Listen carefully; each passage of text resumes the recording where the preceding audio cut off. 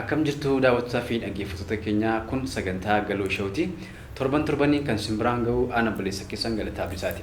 Har'as akkuma beekamu keessummaa tokko qabadhee isiniif dhiyaadheen jira. Keessummaan koo har'aa nama guddaa nama isin jaallattanii faarfannaa isaatiin nama eebbifamtanii baay'ee kan isin dhaggeeffattanii ittiin fayyitan nama dhaloota kanaaf bu'aa guddaa buusee jiru qabadhee dhiyaadhee jira. Hamma dhumaatti turtiin keessan ana wajjin haa ta'u. Baga nagaan of sol. Baga nagaan daldala. Tole jettee waamicha keenya kabajuutiin istiidiyoo keenyatti argamuutiin guddaa si galateeffachaa namoonni keenya faarfannaa keetiin baay'ee si beeku saba keenya biratti beekamtii guddaa argattee dhageettii guddaa argattee jirta. Keessumaa immoo as yeroo gabaabaatti viidiyoo babbareedaa hojjettee gadhiisuu keetiin namoonni baay'een itti eebbifamanii jiru. Egaa kan namoonni maqaa sol gaafa kaasan faarfannaa keessan yaadatu jechuudha.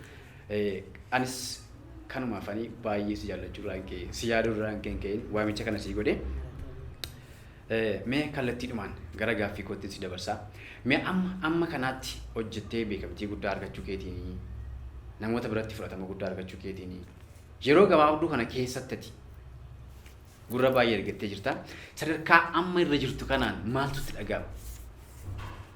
Dursaa silis keessummaa kabajaa namootanii asitti nama keessaniif baay'een isin galateeffadha. Gaaffii irratti hundaa'uudhaan wanti si deebisu sirriidhaan tokko tokko namoonni gaafa waaqayyo beekamtii laatuuf gaafa waaqayyo sadarkaa isaanii dabaluu fi eenyummaa isa isaanii kan isaanii duraa irratti eenyummaa biraa dabalachuu barbaadu. Fakkeenyaaf ani Solomoon noormaalii yoon ta'e dura fudhatamni nama biratti qabu muraasa yoo ta'e gaafa immoo fudhatamni namni naaf qabu akkaataan namni natti itti na hordofu gaafa dabalu waan biraa tokkotu dhufuu barbaada. Innis kan inni ta'u yoo abbaan of eeyyame jechuudha. Dhugaa sa'uuf amma gammachuun keessa ba'ee natti hin dhaga'amu gaddis natti hin dhaga'amu. Beekamtii mana jedhamu kana dhaga'ee wanti layyetti natti jedhu hin jiru garuu nan gammada. Maaliif faarfannaa ani faarfadhu kana waaqayyo akka dhaloota biraa naa ga'u laphee namaa naa banuun sammuu namaa naa banuun gammachuu guddaa natti dhaga'ama. Gammachuutu natti dhaga'ame jedhee immoo wantani amala koo duriirraa wanta biraatti dabaladhu hin qabaadhu. Maaliif yoo dhugichi sii galeera ta'e beekamtii kana ofiin fidatta miti. Jaallatamummaa ofiin fidatta miti. Waaqayyotu sii kenna. Amma namoota baay'ee ilaaltetti ta'e wanta layyetti jedhu hojjedhee tan beekamtii argadhaa jedhu. Garuu kan si ajaa'ibu akka itti amanu beekamtiin ati barbaaddeef hin argamu. Beekamtiin kan hin argamu waaqayyo qofti hojii ati hojjettu keessa mi'aayoo si buusedha. Ijoollee yeedaloo bareeda qaban jiru. Walaloo ajaa'ibaa kan barreessan jiru. Muuziqaan ajaa'ibaa kan taphatame jira. Garuu badaasaan siqu. Kan inni siqu diduun maal beektai? Ogummaa keenya dabalachuu barbaanne. Isa waaqayyo kennaa sana nuu kenna irratti waan biraan layyetti wanta jedhe wanta adda isa godhu wayiin godhaa hinna. Yeroo akkas miti gochuun turuudha garuu isatti gootu sana keessa yaadni waaqayyo jiru taanaan namaa faayidaan qabu. Yaa gaaffii kana kan si kaasee fi see baay'ee namoonni keenya gaafa beekamtii argachaa deeman akka walii galaatti si kaasaa jira. Ammi isaan of qabanii ammi isaan of argisiisan dabalaa deemu. Maaliif namoota biratti fudhatama argannidhaniiti aktiin isaanii yookiin gochi isaanii dubbiin isaanii jijjiirama isa duriirraa kan baay'ee agarsiisudha jechuudha. Sana wajjin wal qabsiisee kaasa. Ati umurii kanaan umurii ijoollummaa kanaanii maaltu itti dhaga'amaadha? Namoonni akka ilaalanitti maaltu itti dhaga'amaa jira mucaa kanatti jechuu danda'u si galee kanaafidha yaada si keessa jiru akka ibsutu kan hin kaaseefi. Yaa sirriidha. Solomoon biraa xabii akkasiin jiru. Wanti of tolu bakka namni garuu fiizikaalii kee ilaalu waan murteessuu danda'a. Wanta namni si jiru bargita dubbattee fixuu hin dandeessu. Garuu Solomoon biraa wanti jiru wanti haqi jedhu tokko Solomoon ofii isaatiif gurguddisuun beeku. Yoo xiqqaa arge akka xiqqaa ta'a. Yoo beekaa arge akka beekaa ta'a. Yoo wallaalaa arge akka wallaalaa ta'a. Ani yoon si arge amma ijoolleen karaatti faana taphatan yoon naqee dubbise fiizikaalittiin si dubbisuun ani isaan dubbisa miti. Akka namni sun sadarkaa inni jiru faana natti siqa. Amma ijoollee faana nan taphadha taphachuus nan jaalladha. Maaliif eessa akkam ta'e nan beeka. Sagantaarraa bahee isaan faana waan taphachaa ooluufi na kabaja hundumaaf an qaban. Amala kokeetti dhugaa dubbachuu fi wanta akkasii na keessa hin jiraatu. Nan gammada garuu sababichi isaa akkana godhuuf maali beektaa hojii koo miti waan ta'eef ani keessaan qabu waan tokko keessaan qabu faarfannaan hojjedhu keessaan qabu ani isa waaqayyo naan jedhee kennachuu bichaadha kun immoo dandeettii kootii nan fide waaw Solomoon kanarratti hojjechuu qabda waan tan jedhu jiru naafi anaan kanatti dhaga'amu amma gammachuudhaa fi kabaja guddaa waaqayyoof qabudha malee eenyummaan kan koo maalummaan kan koo guyyaa tokko natti mul'atee hin beeku yoomiyyuu sakkan natti mul'anne nama kana. Faarfannoota kee bakka lamatti qoon ilaalla amma irra jirtu kanaa jechuudha. Isa duraa albeemii guutuu hojjettee waan gadhiisteef isa durii yaa'ennu saamamma kana viidiyootti hojjettee yuutuubii garaagaraa irra jiru immoo isa ammaa jennee yoo kaasne mee ati faarfannoota kee keessaa isa durii moo saamarra caalaa jaallatta? Waaw gaaffii bareedaadha. Faarfannaani amma anaaf kenname ergichi. Ergichi naa kenname garuu siinis fayyada. Namoota hundumaa fayyada. Faarfannaan naa kenname ofii kooti ittiin fayyuu qofa osoo hin taane ofii ergan itti fayyan qooda booddeen namaa qooda. Faarfannaa koo duriis ta'e sammaas ta'e dogoggoree keessaa kanan jibbuun qabu. Maaliif jettee yoo na gaafatte kalaqa mataa kootii waan hin finneef ogummaa mataa kootii waan hin finneef isa bara mucummaa koos ta'e isa ammas baay'ee wayii ammas mucaadhuma reemoon guddaadha. Isa bara mucummaa koo waggaa 5-7 faarfannaan yeroo sana hojjedhee fi sana immoo hojjedhe gargar hin baasu. Maaliif yeroo sanas waaqayyumatu naa kenne ammas waaqayyotu naa kenne. Solomoo wanta guddachaa deemeef umurii waan dabalaa deemeef waaqayyo kennuuf hin dhiifne. Maaliif bakka lamman saanaaf ergaadha. Nan dhaga'a. Nan fudhadha waaqayyorraa namaaf hanqoodha. Malee faarfannaa isa kana nan jibbaa. Faarfannaa isa kana immoo nan jaalladhaa kana jedhuun qabu. Akka ilaalcha namootaatti maal yaadda? Maaliifan kana kaasaa muuziqaan jijjiirameera haalli jijjiirameera. Kana jechuun amma faarfannaan kee durii wantoonni baay'een isaanii kan nama boosisan jiru. Maalirratti faarfattu miira boo'ichaa kan namatti naqan jiru. Inni ammaa garuu galateeffannaadha miira gammachuu si keessa kaa'a. Ilaalcha namootaa gaafa ilaaltu maaltu itti dhaga'ama? Kana wajjin wal qabsiistee garaagarummaan akka jirutti kaastamuun kaastu. Baay'ee garaagarummaa jiru nan kaasa. Yeroo baay'ee na gaafatu faarfattootuma faana jiru faanas illee naasofna. Faarfannaan durii maal akka ta'ee fi faarfannaan ammaa maal akka ta'e gaafa ilaallu garaagarummaa guddaatu jira. Waliin somnu qaba. Maaliif beektaa? Inni ammaa waan meeqaan laaqamaadha. Kanaa isa irra diban sana otoo hin taane waan meeqaan borcamaadha wantichi. Tajaajiluman isteejii irratti waggaa 7 dura tajaajileef amman tajaajile yoo ilaale garaagarummaa guddaa qaba. Akkamitti yoo nan jette waggaa 7 kanaanii kofa abbaa kootii gidduu dhaabadheen faarfadha. Yeroon isa faarfadhu socho'uun hin jiru. Hin socho'uun. Maakiin qabadha. Nan faarfadha. Achumatti tan xumura. Kofa abbaa kootii jalaan baa ijoollee faana naqee taphadha. Yeroo sana walloonni jedhan kunis shawaanni jedhan kunis akka kanatti hin maraatu ture. Hin jiru. Anamma istaayiliinuma koyyuu asiqiima kanan bareen. Ahaa idaa istaayiliima akkatti faarfatamu iyyuu qabaa kan jedhu asiqiima kanan bare. Jira garuu hin ho'ifamu. Abbaan ergaa akkuma dhufetti dabarfata. Akkuma itti dhufetti dabarfata waan ta'eef inti wallootu nama biratti jaallatama. Qoy shawaatu nama biratti jaallatama jedhama ture. Faarfannaa masuutaa sana nama jala dhaabadhee gaafan faarfadhu. Namni inu taalaa akka inni ta'u siin galu. Dargaggoonni kun garaadhaan ciisu. Abboonni kun garaadhaan ciisu. Na waan ajaa'ibaa ture. Tajaajila namni tajaajilaa jiru yoon arge. Amma rakkina Solomoon otoo hin taane. Rakkinuma akka nuti walii galaa qabnudha. Solomoon innaa durii waaqayyotti siqeetu amma immoo waaqayyo irraa siqe miti. Akkuma jirutti Solomoon Yesuus faana jira. Yesuus akkuma jirutti faana jira. Kominikeeshinii isaanii gargar hin kunne. Garuu akkaataan inni namni itti fudhachaa deeme baay'ee rakkisaadha. Amma nama akkamitti akka inni fudhatu. Amma fakkeenyaaf tajaajila deemna yoo ta'e. Tajaajila torbee maana isa baanu yoo faarfannaa araaraa faarfatta ta'e amma maqaa Yesuus maanni akkam cabbaasa gandichi hin cabbaa'e jedhu maanni hin qabumnaa jedhu. Kanaaf sadarkaan namni fudhatu muraasadha. Kan fudhatus immoo jira galeefi. Amma bara nagaa barri bara wallooti barri bara shawaati. Faarfataan achi ba'e eessa jirta walloodha eessa jirta shawaadha.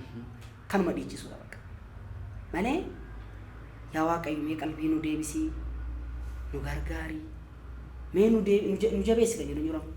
Nu taalta hin ceeta baay'ee wayi namni al tokko gaafan ta'ee yaadu akka keessan ol kaasaatii hin ceenaayidha tarkaafadhaa hin ceenaayidha garuu kan si ajaa'ibu ati ce'uu kee namni sitti himus hin barbaachisu maaliif beektaa Ati beekuu qabda. waan lamatti ce'uun kee dirqama waan lamatti ce'uun kee dirqama yoo tole jettee Waaqayyoof abboomamte jireenyatti ceeta hin ta'u taanaan garuu du'atti ceeta kun waan biraan qabu malee ani sirra dhaabadhee galuu hin ceeta nan ce'a jedhee dubbadhu siin jechuun qaba hin ceeta siin jedhe jechuun qaba hin ceeta bakka meesii takka nigaan ijoollee baadiyyaa tan dhaladhe namni guyyaa tokko qamadii facaasee xaafii hammatee beeku jira bakka xaafii yoo facaafte garbuu naammatta xaafii naammatta yoo gaarummaa hojjette gaarummaan kee jireenyatti si eegisa daba hojjetta taanaan immoo du'atti si geessa kanuma bakka naa kanaa maal si jechuu si barbaadeetanii garaagarummaan guddaan jira kana hidhee ibsuu baadhuyyuu faarfannootumti durii kan namoonni hojjetan kan akka baacaafaa faarfannoota jijjiran wayii warreen nan dura dhaggeeffachaa ture dhaggeeffadhee amma immoo faarfannoota ba'an gaafa dhaggeeffadhu sitti ibsuu danda'u garaagarummaa jira. Jiraadha. Garaagarummaa guddaatu jira. Meel takka gara duubaa si deebisa sole. Si'a tokko dubbii kee keessaa akkasitti turte mati. Yesuus akkuma jirutti Salomoon bira jira. Salomoon immoo akka jirutti Yesuus bira jira. Walitti dhufeenyi isaanii akkuma cimeetti jiraadha. Akkaataa walitti dhiyeenya keessanii guddaa akka ta'etti haasaa jirta. Mee akkaataan itti namatti dhiyaattu sabatti akkamitti dhiyaachuun kee isa durii moo saamaa wayya? Akkaataa walitti dhiyaachuu akkamitti ergaa baadhattee saba duratti dhiyaattu jechuudha. Duraanii daa'ima waan hin tureef utuu gaaffii tokko na gaafattee si deebisuu hin danda'u. Bara 2009 toonatti dhiyaattee suma dheengaddaa kana gaaffii keef deebisii hin kennu. Yeroo sana baay'ee fakkaattii gurbattiin naan jedhu ture. Sababiin isaa waan hin haasofneef nan taphattabamaa reefan qulqulleessu haasawuu jalqaba. Na baay'een cal jedha. Namatti natti dhiyaadha garuu amma namatti dhiyaadhu yeroo sana namatti hin dhiyaadhu. Bargit namarraa siquun koo na fayyadeera namatti siquun koos immoo na fayyadeera. Yeroo sana badaa waan namatti siqee mana rakkina koo himachuu hin danda'u. Ammas illee amaluma akkasiitu narra jira garuu amma akkaataan itti namatti dhiyaadhu isa duraarraa wanta fooyya'ee qaba. Gaafan sitti dhiyaadhu immoo borjii kee ilaalee sitti dhiyaadha miti. Natamma tonchaa kana qabda tonchaa kee ilaalee sitti dhiyaadha miti. Gaafa sitti dhiyaadhu siini galoon maalidha? Yoon itti siqe galoorraa maal barachuu hin danda'an akka kootti. Maal la barsiisa garoon? Amala gaarummaan ani qabu na jalaa balleessa moo amala koo sana naa cimsuu danda'a? Jedheen sitti dhiyaadhaan. Sitti siqee guyyaa 2-3 si ilaalee innatirra jirtuuf innanirra jiru garaagarummaa qaba. Dibatanirra jiru namiidha yoo ta'e faayidaan fooneeti na fayyadu nan fayyadoona. Kanaafuu tolchiin sirraa siqa garuu si jibbu. Na yeroo sana namatti siquun koo iddootti baay'ee na miidhe qaba. Natti siqanii wantoota hojjechuu qabu harkaa fuudhuudhaan wantoota yaadu faan harkaa fuudhuudhaan daa'ima waan ta'eef waan hundumayyuu baasee hima. Inni na miidheera. Amma garuu seekuriitiidha. Seekuriitii waan ta'eef namatti fayyadu siquun koo na fayyadeera siquu dhiisuun koo na fayyadeera. Innaa maas jechuu barbaadeen namatti nan siqaan baay'ee xiqqaattis guddaattis baay'een siqa. Faarfattoota faanas paasteroota faanas bakka hiriyoota hundumaa እንኳን warra biraa faana namoota biraa faana illee walitti siqa. Iji gaaffii koo keessa bahee ergaa qabattee jirtu kana qabattee sabatti akkaataan dhiyaachuu keetii isa durii moo saamaa wayyaa keessuma bahee. Egaa isa kan murteessu abbaadha. Isatu murteessa. Solomoon kana dura faarfannaa akkamii hojjechaa ture? Amma immoo faarfannaa akkamii hojjechaa jira? Haalli inni itti dhiyaachaa jiru akkamii? Yeroo namni gadduutti gaddaara moo kolfaa jira? Ergaa Waaqayyo amma wanta nuti keessa jiru fidee fi wanti nuti keessa jiru kun immoo wal faalleessa moo waliin faalleessu? Amma al tokko mana cidhaa yoo dhatte mana cidhaatti hin faarfataman gammadama malee hin bo'amu. Mana gaddaa dhatte namni hin bo'aa wayyaa gaddaa uffatu. Kiiboordii fidaa masiinqoo fidaatti hin shubbistu. Ani yoo zim jettee matiin daltee ilaalta ta'e faarfannaan nuti yeroo yerootti gadhiisu ergaa yeroo isaa danda'e qabaata kan hin jedhu kan waaqayyo naa kenna. Waaqayyo nan kadhadha waaqayyo naa kenna ergaa sanan fida malee amala faarfannaa waaqayyo naa kenne keessatti baay'ee waaqayyoon kanan galateeffadhu yeroo namni bu'aa jirutti sirbinaan hin jedhu waaqayyo kolfinaan hin jedhu yeroo dhaloonni waa barbaadanitti akka isaan barbaadanitti mee fakkeenyaaf ati beelofteetta garuu hin dheebonne bishaan yoon si fide maal si fayyada? Fayyadu.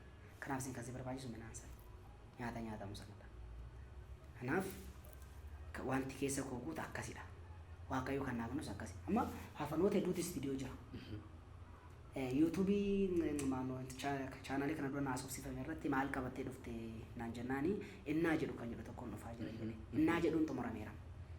Garuu innaa jedhuun dura way ergan sana xumuree wayyaaree kan jedhu naa dhufe. Yeroo sana innaa jedhu gadhiisuu hin danda'an ture. Garuu miti. Yeroo jettu yeroo wayyaaree naa ta'e. Wayyaareen gadhiise. Amma immoo innaa jedhu kan jedhu qophaa'ee jira. Ammas waan biraa waan dhaga'u hin beeku. Kan biraa gidduu galuu danda'a. Naa wanta inni jechuu barbaade sii gala natti fakkaata. Akkaataan dhiyaannaa kan koo sitti dha beekama. Anatti garuu sirriidha namaaf hin fayyada. Isa nama bichaa immoo miti.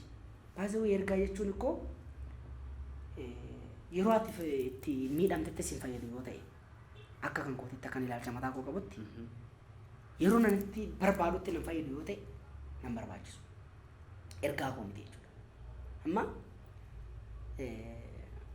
akkamitti fakkeenya siif dolaata? Meen bochaati hin bocha baay'ee bu'aa jirta.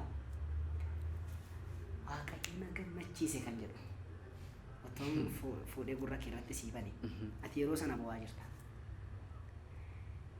Utuun yeroo sana sii bane immoo yeroo ati fuula waaqayyootti dhiyaattee gammachuun guddaan sitti dhaga'amu utuun faarfannaa sana sii bane irraa baay'ee mo'atamtee faarfatta. Yeroo gammaddeertu yeroo hafuurri irra gammachuu sitti dhaga'amu ergaan sun irra caalaa si seena. Garuu waan tokkos immoo jiraatu hin dagatiin.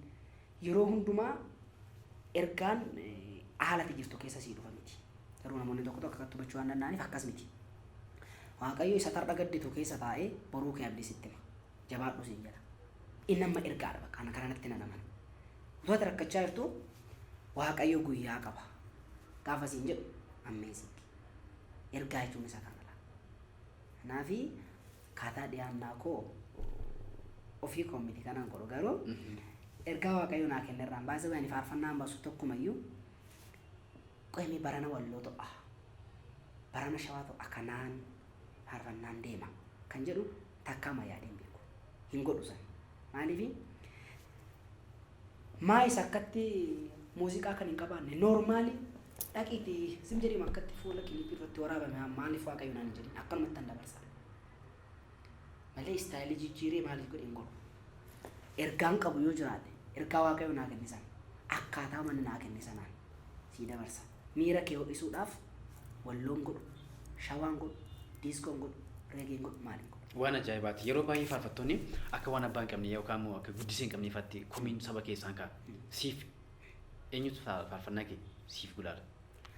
Akka guddisaatti yookaan immoo namatti ilaaltee sirreeffataa deemtu eenyu maqaa dha'atta? Faarfannaa dhageessitte yoo ta'e irra caalaa kan koo faarfannaani koomeedii akka hin fakkaanne malee ani Waaqayyo irraan fudha dhugaa dubbachuu fi duras yeroo hin baratiinidha waan kanan faarfannaa jalqabe. Baay'ee barumsaan beeku. Jastaan waggaa afuritti isteejii irra jira amantuu samanoo baattus. Waggaa afur gaafa ta'u afaan koo baasee sirratti dubbachuu hin danda'u. Garuu surree abbaa koo qofa isaa gidduu dhaabadhee dubbadhan ture. Kiiboordii minaaminaan dhiyoon arge.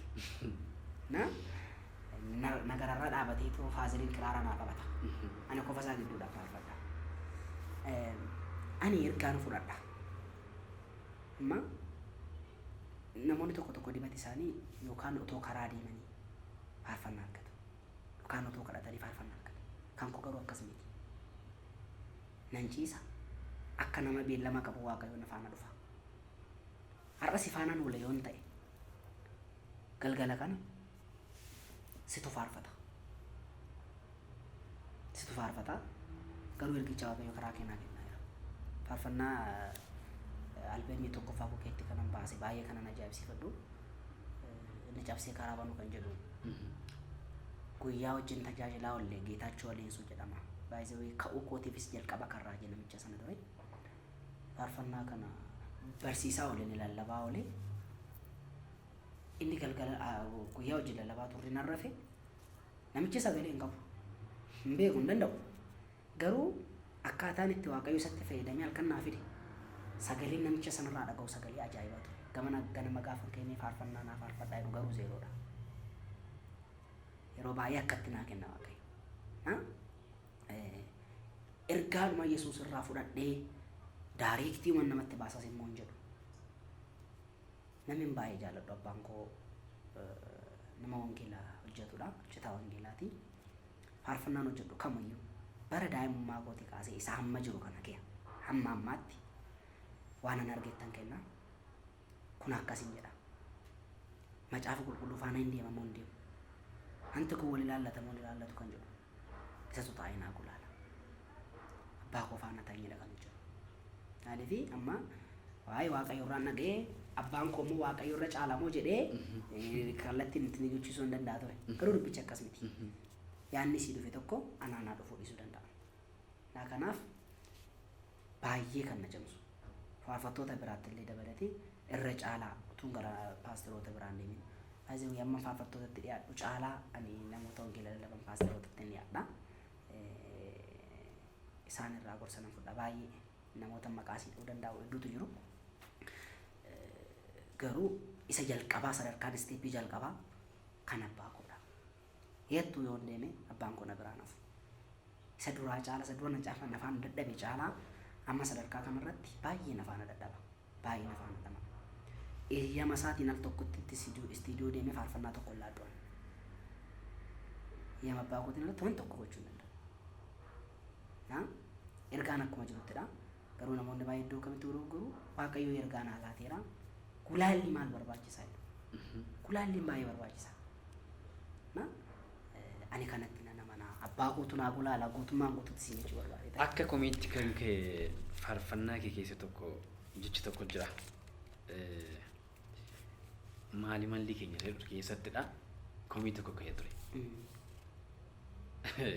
Beektoota kan fakkaatantu ana miidhaa jira waan jedhe waaqayyo akkasitti waan faarfatte tokko jira. Yeroo kana waaqayyo beektoota komachaa jira moo si'a kana akkamitti ilaaltee faarfannaa kana dhiyeessite? Kun lakkoomsa isaa keessa jira. Moo akkamitti siif gale? Moo kun gulaalamuun hin barbaachisu jettee madabarsiteeti? Amma waa'ee beektotaa kana yoo na gaafatte umurii sana waan beeku tokko illee hin qabu. Gulaalli gaafa siin jedhu immoo jechuma dhufeetu sirrata miti gootummaan gootuutti kan sii galuu qabu. Jecha dhufeetu jijjiirama osoo hin taane. Ana maal takkaatti faarfannaa quxurii 7 faatu naa kenna. Lakkoofsa 7 faana jechuudha. Faarfannaa tokko irratti. Abbaan koo kan inni na gargaaru isa gargar baasudha. Isa gargar baafnee hin jenna. Malee jecha waaqayyo naa kenne sanan qirsii itti baasadhee miti kanan fiiguan. Ergicha akkuma jirutti jira garuu wordinatu godhata. Jecha kana gaammannaa sana akkas ta'a waa'ee beektotaa sun immoo wanti inni beeku hin jiru. Ani daa'ima waan ta'eef waan beektotaa hin beeku. Garuu faarfannichi amma yoonaatti hojjechaa jira yoo jette akka ta'utti hojjechaa jira. Boros immoo danuu hojjeta. Iski istoorii ma faarfannoota koo jala jira sin jedhee uma ilaali. Har'a qofas yoo isa toon taane dhugaa dubbachuuf wantoota boru. Gaafa ol seqte gaafa jaarsa taate gurbattiin sun bara kana akka jettee turte kan jettu yeroo itti jaarsa taatetti hidhattee argatta. Maaliif hin qindeeffanne fi waan ta'eef inni immoo waan har'uma waan manarra shirootti nyaadhu naa kennee faarfannaa. Waan manarra waatti hin jedhu miti. Isa boru nama fayyadudha waan ta'eef. Na yaa'ugaa macaafa qulqulluu keessatti ilaaltee ta'uu ta'e namicha tokkotu jira beektaa. Baay'ee of guddisa. Beekaadhaaf hin jedha. Hunduma sumaanaan asaayimentii kan eenyu akka reetii bira gahi. Namni kun baay'ee of jaja ture. Garuu waaqayyo guyyaa tokko maal godhe beektaa beekumsa isaatiin saba inni hojjechuuf akka horiitti marga dheechise nama sana. Akka horiitti. Bara kanas hin nafame yoo jette guute. Guute bakka.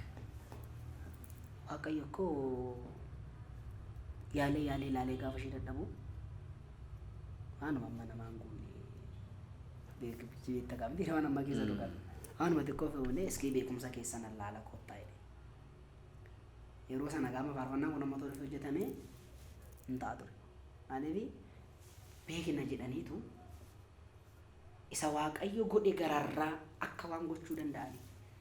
Bakka wanta adda ba'e wayii fiduu akka danda'ani wayiitti of yaadu maaliif ani beekaa jedhu. Yoo ati dadhabame waldaa keettis meeqa waldaa diigus kan nama diigu waan biraa sitti hin fakkaatiin anatu caalaadha anatu beekaadha. Biyyas kan diigu waldaa kiristaanas kan diigu nama sadarkaa isaa malee taa'edha. Nama iddoo isaa malee taa'edha. Atamma kennaan interview gochuutu sirraa. Waan akkasii qabdaa yoo ta'e kottumee jedhee har'an barsiista yookaan hin lallabda yoon siin jedhe foormii sirraa dhabuu danda'a. Garuu ati kan barbaachistu idduma waaqayyotti si kaa'e sanadha. Idduma sanaa barbaachistati. Achumatti qabadhu. Akka walii galaatti faarfannaa sana wajjin wal qabatee waaqayyo beektota mormaaf moo hin mormuuf kaasteeti? Waaqayyo beektota morma. Beekumsa sana kan laateef iyyuu isadha. Namni beekumsa tokkitti ofii wanti inni fidu hin jiru. Tu akka barbaadde gootee beekumsa kee fiddu. Beekumsa sana waaqayyotu kenneefi. Garuu waaqayyo Saa'oliin tuffatee kan inni Daawitiin filate bari. Saa'oliin jalqaba aangoorra kan kaa'eenyudha Yesuusun. Garuu hin tuffatee waaqayyo deemee. Waaqayyo tokko tokko maal godha beektaa? Waama nutti kenna. Waama nutti kenneetu si madaala bakka maal. Galoon kun maaluma hidheeti si madaala. Suma ilaala. Hin deddeemiti isatti hin ulfaatu. Sirkaa fuudhee qonnee nan ol kaawwadha siin jedha. Kanaaf waaqayyo beektota tuffatee sun beekumsa isaanii jibbee sun taane. Beektota jaalata waaqayyo. Gaafa isheen quuftee ulfina isaatti bu'uu barbaaddu garuu waaqayyo dhiisu. Akkatti na qaba. Kanaaf waaqayyo beektota tuffata sunnaan hin jaalata. Gaafa isaan waa biraa fiduu barbaadan garuu waaqayyo ulfina isaa irratti eenyumayyuu. Ergaa faarfannaa keetii keessaa baay'inaan komii wajjin kan wal qabatu jira. Dhaloonni ati komataa jirtu kuni dhaloota ati keessa jirtudha. Akkamitti ilaaltee komii eegalteeti? Mala al tokko tokko tajaajiltoonni gaafa tajaajilanii dhaloota bara kana jedhu beektaa. Amma dhaga'umsaa kana salachaasisee isteejii gaafa qabatan silaa dhaloonni bara kana innoo dhaloota bara kamiiti? Dhaloota bara kana. Anis dhaloota bara kana. Sitti qofa quba qabaan faarfadha osoo hin taane ofittan quba qabaa faarfadha. Amma dhugaa dubbachuuf mi'aatumtu xiinxalii ilaali. Seenaa abboota keenya dur jiruu fi seenaa kan keenya amma jiru ilaali. Abboonni keenya faarfattoonni warri dur lallabanii surreen isaanii jilbarraan dhuma. Kan keenya tajaajiltoota keenya yoo ilaalte huddurraan dhumuu jalqabe surreen taa'aa oola hamachaa oola. Mungkin kau sitti mun danda'u. Waa jira. Nu komachuu qabas waaqayyo. Anatu komachaa jira osoo hin taane waaqayyotu nu komachaa jira. Anamma si komachuudhaaf waan ati goote ilaalee, waan ati na goote ilaalee, waan ati na miite ilaalee si komadhaami. Dubbichi garuu isa miti. Isa inni komachaa jiru dhaga'ee dabarsaa jira. Nu komachaa jira waaqayyo. Solomoon keessaa ala godheetu nama biraa komachaa namti waaqayyo. Walumatti nu cafaqeetu nu komachaa jira. Kana si kaasuu hin ta'a. Bakka nu komachaa jira waaqayyo. Dhugaa dubbachuu fi wal sossobuun gaafatu, ushururuun gaafatu. Toora duriirra hin jiru nuti. Tasuma keessuma tajaajiltoonni keenya hin jiru toora duriirra. Ani faarfannaa abboota keenya durii gaafa ilaalu kan akka Abaatii Gammachuu fa'aa barnoota tokko nan dhaggeeffadha. Utuun jaalatiin si mo'a. Wantichi akkoo beekumsa addaa qabaatee miti. Daawwattoota fi dhaggeeffattoota sagantaa Galoo Show gaaffiif deebii nuyi faarfataa Selemoon Alamuu wajjin goonee kutaa tokkoffaasaa kana fakkaata. Torban kutaa lammaffaa isiniif qabadhee dhiyaadhaa. Torban kun torban nagaa isiniif haa ta'u.